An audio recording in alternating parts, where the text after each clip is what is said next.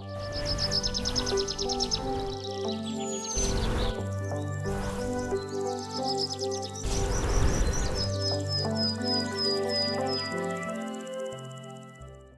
الله الرحمن الرحيم. الحمد لله رب العالمين، والصلاة والسلام على رسوله الكريم، اما بعد۔ اللہ تبارک و تعالیٰ پر حمد و ثنا اور اس کے نبی کریم صلی اللہ علیہ وسلم پر بے شمار، بے حد، بے عدد درود و سلام کے بعد، محترم ناظرین، السلام علیکم ورحمۃ اللہ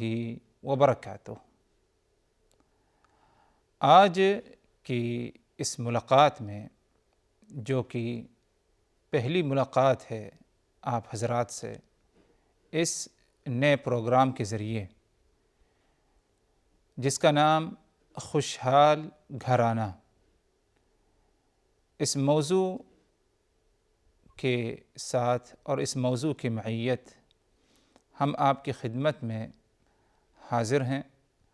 اور آگے بھی بإذنہ تعالی کئی حلقات میں آپ حضرات سے اسی موضوع کی معیت کیا ہے ملاقات ہوگی۔ اللہ تبارک و تعالی سے دعا کہ الہ العالمین تو ہمیں صحیح باتیں، درست باتیں کہنے کی توفیق دے، اخلاص دے، اور ہم سبھوں کو ان تمام باتوں پر غور و فکر کرتے ہوئے ان پر اخلاص کے ساتھ عمل کرنے کی بھی توفیق دے۔ محترم ناظرین، گھرانہ، اسے بہت ہی اہمیت حاصل ہے دین اسلام میں۔ اللہ تبارک و تعالی نے آدم علیہ السلام کو پیدا فرمایا، اور آدم ہی سے حوا، ان کی بیوی، ان کی عورت کو پیدا کیا، اور اب اس کے بعد اللہ تبارک و تعالی نے آدم اور حوا سے نوع انسانی،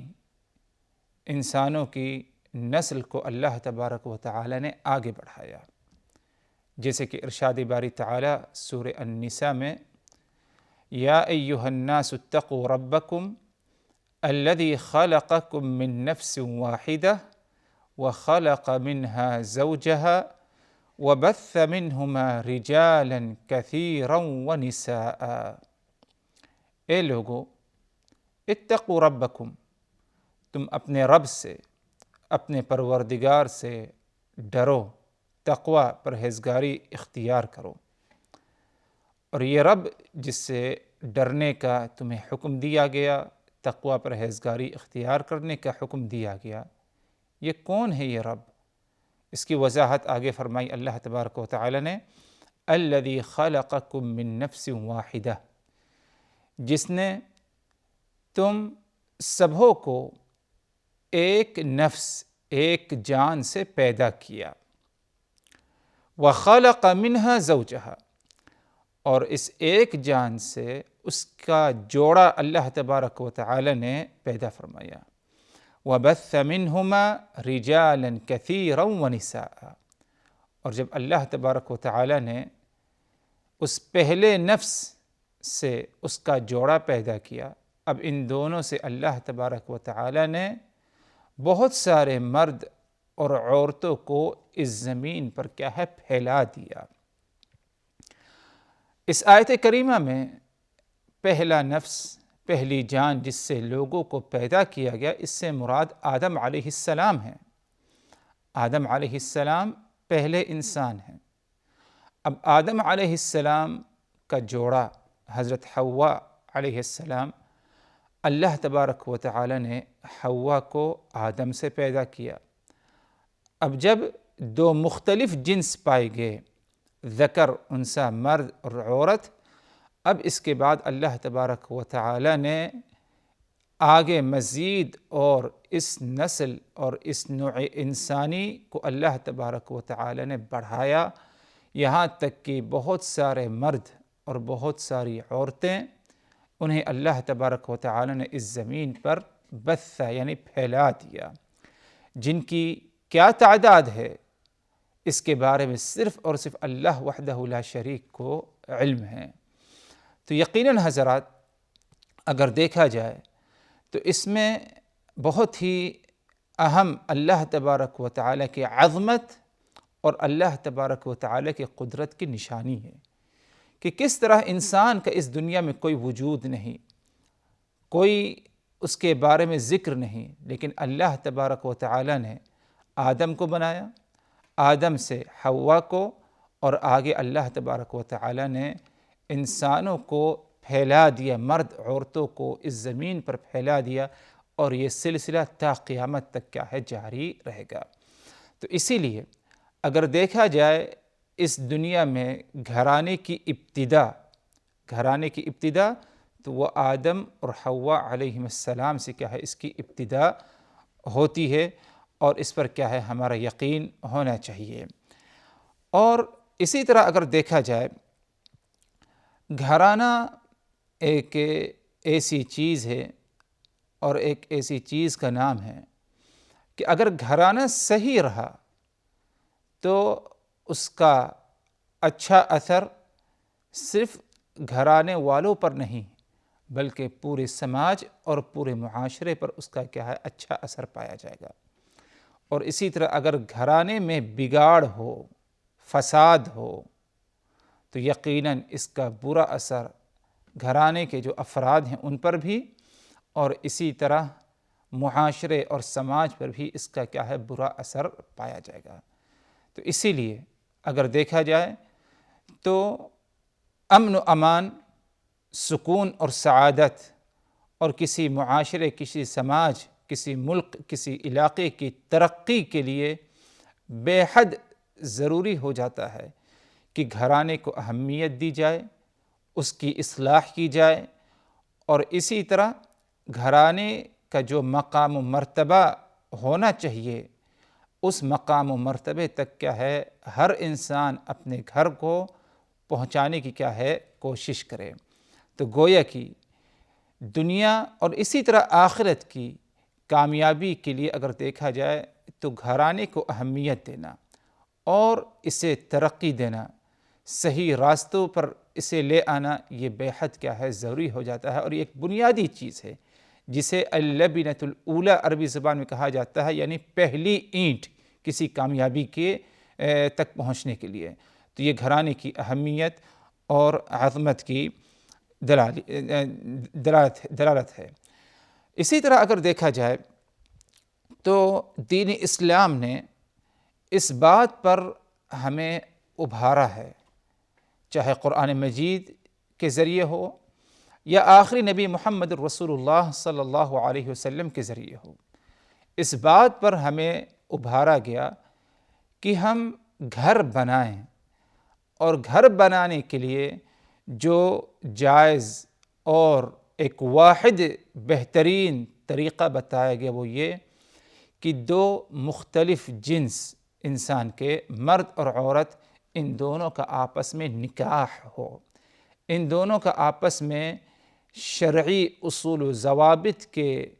مطابق اور شرعی اصول و ضوابط کو نافذ کرتے ہوئے ان دونوں کی آپس میں ملاقات ہو،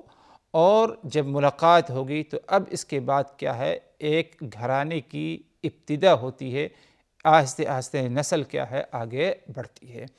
تو دین اسلام نے چاہے قرآن مجید کے ذریعے ہو یا نبی پاک صلی اللہ علیہ وسلم کے ذریعے ہو، ہمیں اس بات پر ابھارا گیا اور ہمیں اس بات کی رغبت دی گئی کہ گھر ہم بنائیں، گھر کی بنیاد ڈالیں، اور وہ بھی کیا ہے شرعی نکاح کے ذریعے۔ اسی لیے انبیاء کرام نے بھی نکاح کیا، شادی کی، انہیں بھی اللہ تبارک و تعالی نے کیا ہے اولاد سے نوازا، کیونکہ یہ ایک انسانی فطرت کا حصہ ہے۔ انبیاء کرام انسان ہیں، بشر ہیں، تو انسانی فطرت کا ایک اہم حصہ ہے کہ وہ بغیر شادی کے، بغیر نکاح کے، بغیر گھرانے کے اس کے لیے کیا ہے اس دنیا میں زندگی مشکل پائی جاتی ہے۔ اللہ تبارک و تعالی نے قرآن مجید میں فرمایا وَلَقَدْ أَرْسَلْنَا رُسُلًا مِّن قَبْلِكَ وَجَعَلْنَا لَهُمْ أَزْوَاجًا وَذُرِّيَّةً، ہم نے تم سے پہلے بھی رسول اور پیغمبر اس دنیا میں بنا کر کے ہم نے بھیجا۔ یعنی اس آیت کریمہ میں محمد رسول اللہ صلی اللہ علیہ وسلم کو خطاب ہے کہ وَلَقَدْ أَرْسَلْنَا رُسُلًا مِّن قَبْلِكَ، ہم نے تم سے پہلے بھی رسول اور پیغمبر بنا کر کے بھیجا۔ وَجَعَلْنَا لَهُمْ أَزْوَاجًا وَذُرِّيَّةً، اور ہم نے ان کے لیے جوڑا بھی بنایا، انہیں جوڑا نصیب کیا، ان کا نکاح ہوا، انہوں نے نکاح کیا۔ وَذُرِّيَّةً، اور ہم نے انہیں اولاد سے اور نسل سے بھی ہم نے انہیں کیا ہے نوازا۔ تو ادھر انبیاء کرام اور رسول اور پیغمبروں کی ایک اہم حقیقت کا بیان ہے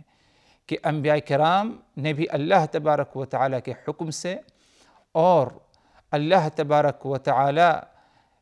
نے جس چیز کو پسند کیا اس پر عمل کرتے ہوئے انہوں نے نکاح کیا، شادی کی، اور اللہ تبارک و تعالیٰ نے انہیں اس نکاح سے اولاد سے نصیب کیا، یہاں تک کہ ان کی نسل کیا ہے آگے بھی بڑی کئی نسلیں ان کی کیا ہے پائی گئیں۔ واضح مثال لے لیجئے ابراہیم علیہ السلام کی نسل پر اگر غور کیا جائے، ابراہیم ہیں، اس کے بعد اسماعیل ہیں، اسماعیل کے بعد جو ہے اور سلسلہ کیا ہے آگے بڑھتا رہا، یہاں تک کہ محمد رسول اللہ صلی اللہ علیہ وسلم بھی اسی نسب سے آتے ہیں۔ تو اللہ تبارک و تعالی نے یہ ایک فطری غریزہ اور ایک فطری چیز ہر انسان میں رکھی ہے کہ وہ نکاح کا خواہش مند ہے، تاکہ اس نکاح کے ذریعے ایک گھر کی ابتدا ہو، اور گھر کی جب ابتدا ہوتی ہے تو انسان بہت ساری اپنی خواہشات اور اپنی تمناؤں کو، جائز خواہشات کو گھر کے ذریعے کیا ہے پوری کر پاتا ہے۔ تو اسی لیے اگر کوئی شخص اس سنت سے اور اسلام کی اس اہم تعلیم سے بے رغبتی اختیار کرے یا بے رخی اس کے اندر پائی جائے کہ وہ نکاح نہ کرے، بلکہ کہے میں بغیر نکاح کے زندگی گزاروں گا، تو یقیناً کیا ہے ایسا کرنا، ایسی سوچ، ایسا عزم کرنا یہ غیر مناسب ہوگا اور خلاف سنت ہوگا، بلکہ خلاف فطرت بھی ہوگا۔ اللہ تبارک و تعالی نے انسانوں کو فطرت پر بنایا ہے اور انسانی فطرت پائی جاتی ہے، تو انسانی فطرت میں سے ایک یہ بھی ہے کہ وہ نکاح کو اور ازدواجی زندگی کو پسند کرتا ہے، اور اس کی فطرت میں یہ چیز پائی جاتی ہے، اور شریعت نے بھی اسی بات کو پسند کیا ہے۔ یقیناً اگر کوئی اس سے بے رغبتی، بے رخی اختیار کرے تو اس نے ایک اہم عمل کو کیا ہے ترک کرنے کا ارادہ کیا، جس کے ذریعے اس کا کوئی فائدہ نہیں، بظاہر اسے کچھ فائدہ نظر آ جائے، لیکن حقیقت یہ ہے کہ وہ مختلف قسم کے پریشانیوں میں اور مختلف قسم کے بلاؤں میں، مصیبتوں میں کیا ہے مبتلا رہے گا اپنی دنیاوی زندگی میں۔ اسی لیے اگر کسی کے پاس استطاعت ہے، طاقت ہے، اور اسے نکاح کرنے کے بعد حقوق کی ادائیگی کرنے کی استطاعت، طاقت پائی جاتی ہے، تو انسان نکاح ضرور کرے، اس سے کیا ہے پیچھے نہ رہے، اور یہ نہ کہے کہ میں بغیر نکاح کے زندگی گزار سکتا ہوں، اور اس مقصد سے تاکہ میں مکمل طور پر اللہ تبارک و تعالیٰ کی عبادت میں اپنا وقت صرف کروں، ایسا کرنا کیا ہے غیر مناسب ہوگا۔ اسی لیے رسول اللہ صلی اللہ علیہ وسلم کے زمانے میں آپ صلی اللہ علیہ وسلم کے گھر 3 لوگ تشریف لائے، اور آپ اس وقت اپنے گھر میں موجود نہیں۔ آنے کے بعد مائی عائشہ رضی اللہ عنہا سے سوال کرتے ہیں کہ پیارے حبیب صلی اللہ علیہ وسلم کا کیا معمول ہے گھر میں؟ آپ صلی اللہ علیہ وسلم گھر کے باہر ہیں، ہم صحابہ کرام کے درمیان ہیں، آپ کا کیا معمول ہے؟ ہم دیکھتے ہیں، ہمیں اس کا علم ہے، لیکن گھر کے اندر کے کیا معاملات ہیں، آپ کا کیا طریقہ ہے زندگی بسر کرنے کے گھر میں، اس کے بارے میں ہمیں نہیں معلوم۔ آپ ہمیں ذرا مائی عائشہ ذرا بتا دیجئے تاکہ ہم آپ صلی اللہ علیہ وسلم کی اقتداء اور پیروی کریں۔ تو مائی عائشہ رضی اللہ عنہا نے چند باتوں کا ذکر کیا، اس کو سننے کے بعد ان تینوں نے آپ صلی اللہ علیہ وسلم کے اس معمول کو اپنے لیے کم سمجھا اور کہا کہ یہ تو رسول کی ہستی ہے، اللہ تبارک و تعالی نے ان کے پچھلے اگلے سارے گناہوں کو معاف فرما دیا، ہمیں تو مزید اور اس سے بڑھ کر کیا ہے نیک عمل کرنے کی ضرورت ہے۔ تو ان تینوں میں سے ایک نے یہ ارادہ کیا کہ میں پوری زندگی روزے سے گزاروں گا، بغیر روزے کا کوئی دن میرا نہیں گزرے گا۔ دوسرے نے کہا کہ میں پوری رات زندگی بھر ہمیشہ ہر رات کو جاگ کر کے عبادت کروں گا، رات کے کسی بھی حصے میں آرام یا سوؤں گا نہیں۔ تیسرے نے کہا کہ میں مکمل طور پر یکسو ہو کر اللہ تبارک و تعالیٰ کی عبادت کے لیے اپنے آپ کو فارغ کر لوں گا، اور اس مقصد کے لیے میں کسی سے نکاح اور ازدواجی زندگی حاصل کرنے کے لیے نکاح نہیں کروں گا۔ آپ صلی اللہ علیہ وسلم جب گھر لوٹ کر کے آئے اور بتایا گیا انہیں آپ صلی اللہ علیہ وسلم کو کہ 3 لوگ آئے اور انہوں نے سوالات کیے، ان سوالات کا انہیں جواب دے دیا گیا۔ جواب سننے کے بعد انہوں نے اس قسم کا کہا عزم، فلاں نے یہ کہا، دوسرے نے یہ کہا، تیسرے نے یہ کہا، اس قسم کا انہوں نے ارادہ کیا۔ آپ صلی اللہ علیہ وسلم ایک ناحیے سے انہیں یہ بات ناپسند ہوئی، اچھا نہیں لگا آپ کو، اور آپ ان کے درمیان آتے ہیں، ان تینوں شخص کے درمیان، اور کہتے ہیں کیا تم ہی وہ 3 لوگ ہو جنہوں نے ایسا عزم اور اس قسم کا ارادہ کیا؟ تو انہوں نے کہا کہ جی ہاں، ہم ہی وہ 3 لوگ ہیں۔ آپ صلی اللہ علیہ وسلم نے کہا کہ میں نبی اور رسول ہو کر کے رات کا کچھ حصہ سوتا ہوں اور کچھ حصے میں جاگ کر کے عبادت کرتا ہوں، اور اسی طرح نبی اور رسول ہونے کے باوجود میں چند دن روزہ رکھتا ہوں، اور باقی ایام بغیر روزے کے بھی کیا ہے بہت سارے ایام گزارتا ہوں، اور اسی طرح نبی اور رسول ہونے کے باوجود میں عورتوں سے نکاح بھی کرتا ہوں۔ آگے فرمایا آپ صلی اللہ علیہ وسلم نے فَمَنْ رَغِبَ عَنْ سُنَّتِي فَلَيْسَ مِنِّي، جس نے میری اس سنت، اس طریقے، اس منہج سے بے رغبتی اختیار کی، فَلَيْسَ مِنِّي، تو وہ میری سنت اور میرے طور طریقے پر نہیں ہے۔ تو اس سے یہ بات واضح ہوئی کہ دین اسلام میں رہبانیت کی کوئی گنجائش نہیں، بلکہ ازدواجی زندگی پر ابھارا گیا، اس کی رغبت دی گئی، اور یہی کیا ہے انسان کی فطرت کے مطابق ہے، کیونکہ اس کے ذریعے